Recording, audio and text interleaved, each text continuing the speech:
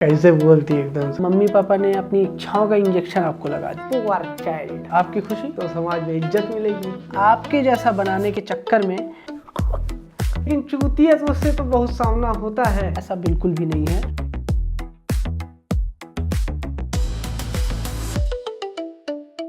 नमस्कार, मैं हूं आपका होस्ट सबका बदला लेगा तेरा फैजल और आपका स्वागत है हमारे इस शो गल चौरा में।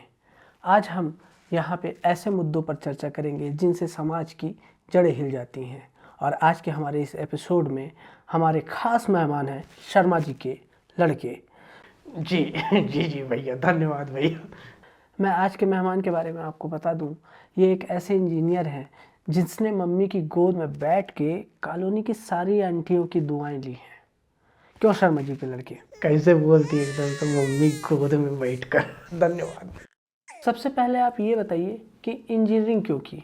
ये आपकी चॉइस थी या मम्मी पापा ने अपनी इच्छाओं का इंजेक्शन आपको लगा दिया? जी भैया, वो जी असल में मम्मी जी का सपना था। वो कहती थी कि इंजीनियर बन जाओ तो समाज में इज्जत मिलेगी। वाह, इज्जत, बहुत बढ़िया। यानी कि मम्मी पापा का सपना पूरा करने के लिए आपने अपने आप को मशीन बना लिया। जी कुछ ऐसा ही है जी। अब मम्मी जी कहती हैं कि इंजीनियर बनो तो लोग पूछेंगे और शर्मा जी का लड़का क्या करता है, तो मैं गर्व से कह सकती हूँ कि भाई वो मेरा बेटा इंजीनियर है जी, है ना। आप तो गर्व से फूले नहीं समाते होंगे जब मम्मी आपके नाम पर मोहल्ले की सारी आंटियों की तारीफें बटोरती हैं। जी हाँ, आंटियाँ जी तो मुझे पसंद करती है जी। क्योंकि जी मैं उनकी छोटी मोटी समस्या का समाधान कर देता हूँ, हल कर देता हूँ उनकी समस्याओं को। यानी कि आप आंटियों के लिए कॉलोनी के चलते फिरते हेल्पलाइन सेंटर हैं। मतलब उनको बल्ब सही करवाना हुआ, प्लग सही करवाना हुआ, या कोई भी घर के छोटे मोटे काम हुआ, कुछ भी ठीक कराना हुआ, रिश्ते ठीक कराना हुआ, तो वो आप ही को बुलाती हैं। जी मम्मियाँ कहती हैं कि आंटियों का आशीर्वाद ही असली कमाई है। और रही बात रिश्तों की, तो वो मेरी वजह से आंटियों और उनके बच्चों में थोड़ा सा कम्युनिकेशन हो जाता है, बातचीत हो जाती है। वो कैसे? जी सब बच्चे अब क्या अपने मम्मी की बात नहीं सुनते हैं जी। तो उनकी मम्मी कहती हैं कि शर्मा जी के लड़के को देखो। क्या देखो जी? देखना नहीं, सुनना है। अभी तो आपने कहा देखो। अरे जी, मैंने कहा देखो जी, लेकिन देखना नहीं, सुनना है। ऐसा क्यों? अरे जी क्यों? अरे हम बात कर रहे हैं ना, तो बात क्या है, देख नहीं सकते, सुन सकते हैं। तो देखिए मतलब सुनिए। अच्छा, तो सुनाइए। सुनिए जी, कॉलोनी की मम्मियाँ अपने बच्चे से कहती हैं कि शर्मा जी के लड़के को देखो जी, लेकिन मैं बताना चाहता हूँ कि वो बच्चे उठ के देखने नहीं चले जाते, कहीं सुनते हैं। ठीक है, तो सुनाइए जी। बता रहा हूँ कि वो सुनते हैं कि शर्मा जी का लड़के को देखो, कितना अच्छा है, पढ़ने में होशियार है, बड़ों का कहना मानता है, जिद नहीं करता, टाइम से सोता है, टाइम से खाता है, किसी से लड़ाई नहीं करता, शांत रहता है, सबकी बात मानता है। फिर शर्मा जी का लड़का जैसा बनो, फिर बात और आगे बढ़ जाती है। और वो उन बच्चों पर क्या है कि तुमको हम डस्टबिन से उठा के लाए थे और तुम अडॉप्टेड हो, हॉस्पिटल में बदल गए, ये सब उनके राज खुलते हैं बेचारे। Poor child. तो ये सब आपकी मम्मी का प्लानिंग का हिस्सा है कि आपकी चर्चा हर घर में होती रहे। जी मम्मी के पास बहुत सारा काम वैसे ही रहता है दिन भर में। मम्मी प्लानिंग करती नहीं बैठी रहती है। ये क्या है कि हमारी सोसाइटी की जो मेंटालिटी, सोच है ना भैया, सोच ऐसी है। मैं समझा नहीं, मेंटालिटी कैसे, जरा खुल के बताइए, कैसी मेंटालिटी भाई? आपने कभी स्कूल में साइंस के स्टूडेंट के जैसा कॉमर्स और आर्ट्स के बच्चों को इज्जत दी? अरे कॉमर्स और आर्ट्स तो छोड़िए, एग्रीकल्चर के बच्चों को साइंस वाली इज्जत दी। एग्रीकल्चर वालों को आप तुच्छ समझते हैं, जबकि वो भी साइंस का हिस्सा है। आप गलत समझ रहे हैं, ऐसा बिल्कुल भी नहीं है। अगर ऐसा होता तो सारे बच्चे की ड्रेस एक जैसे क्यों होती? हम सारे बच्चों को एक समान मानते हैं। मैं यही तो कह रहा हूँ कि सारे बच्चे एक समान नहीं हैं। सिर्फ कपड़े का रंग एक होने से, कलर एक होने से, डिज़ाइन एक होने से बच्चे एक नहीं हो जाते, सब अलग अलग हैं।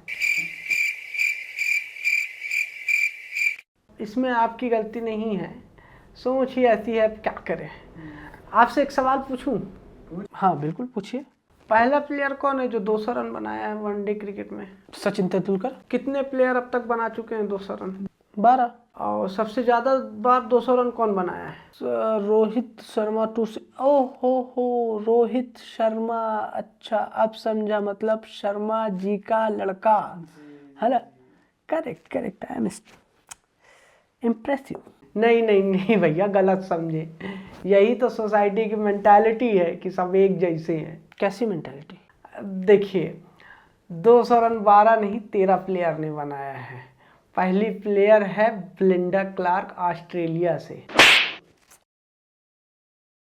जी कोई बात नहीं, अब इसमें आपकी गलती नहीं। जब तक आप गूगल में भी जाके वुमन प्लेयर मेंशन नहीं करेंगे ना, तब तक गूगल भी नहीं बताएगा, सिर्फ मेन लोगों की लिस्ट दिखाएगा, वो फीमेल का दिखाएगा ही नहीं।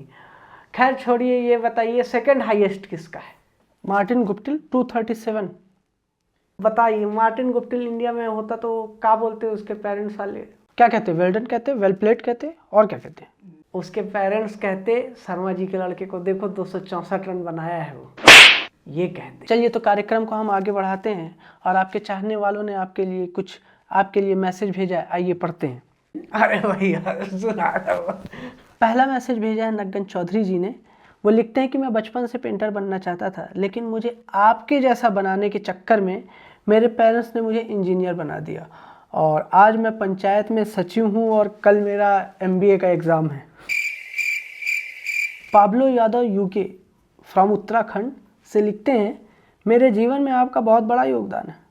अगर उस दिन आपकी मम्मी ने आपकी IIT सिलेक्शन की मिठाई खिलाकर चुपचाप वापस चली गई होती और पलट के ये नहीं कहती कि भगवान ऐसा बेटा हर किसी को दे, तो उस दिन मेरे पापा मेरा किट बैग नहीं जलाते और आज मैं इंजीनियर बन के शैम्पू नहीं बेच रहा होता। वाह, आपकी वजह से आज एक पेंटर पंचायत में सचिव बन के बैठा है और एक इंजीनियर बन के शैम्पू बेच रहा है।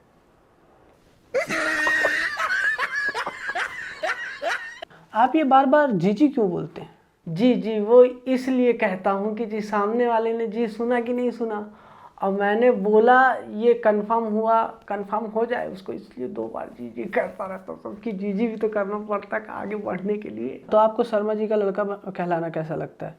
मतलब इस टैग को पाने के लिए आपने किन किन चुनौतियों का सामना किया? टैग तो सही है, इससे कम से कम लोग पूछते हैं। अब ऐसे अब मेरी इस झंड जिंदगी में पता नहीं आपको चुनौती कहाँ से दिखाई दे रही है। चुनौती नहीं, लेकिन चूतिया तो उससे तो बहुत सामना होता है, लेकिन अब कर लेते हैं मम्मी जी के लिए कि मम्मी खुश रहती हैं। और आपकी खुशी? अरे जी मेरी खुशी के बारे में मेरी खुशी के बारे में तो आज तक किसी ने पूछा ही नहीं, लेकिन हाँ मम्मी जी की खुशी में मेरी खुशी है। तो लोगों को आपसे कुछ सीखना चाहिए, इतने महान विचार और इतना कठिन परिश्रम माता पिता के लिए। मैं आपका धन्यवाद देना चाहता हूं कि आज आप हमारे शो पर आए और अपना कीमती वक्त निकाला। जी धन्यवाद भैया, धन्यवाद। दोस्तों इस बात से हमें क्या सीखने को मिला? सपने और खुद की इच्छाएं सिर्फ शब्द हैं, असली चीज तो मम्मी का आशीर्वाद। अगले हफ्ते फिर से मिलेंगे एक और गंभीर और महत्वपूर्ण मुद्दे के साथ। तब तक के लिए नमस्कार।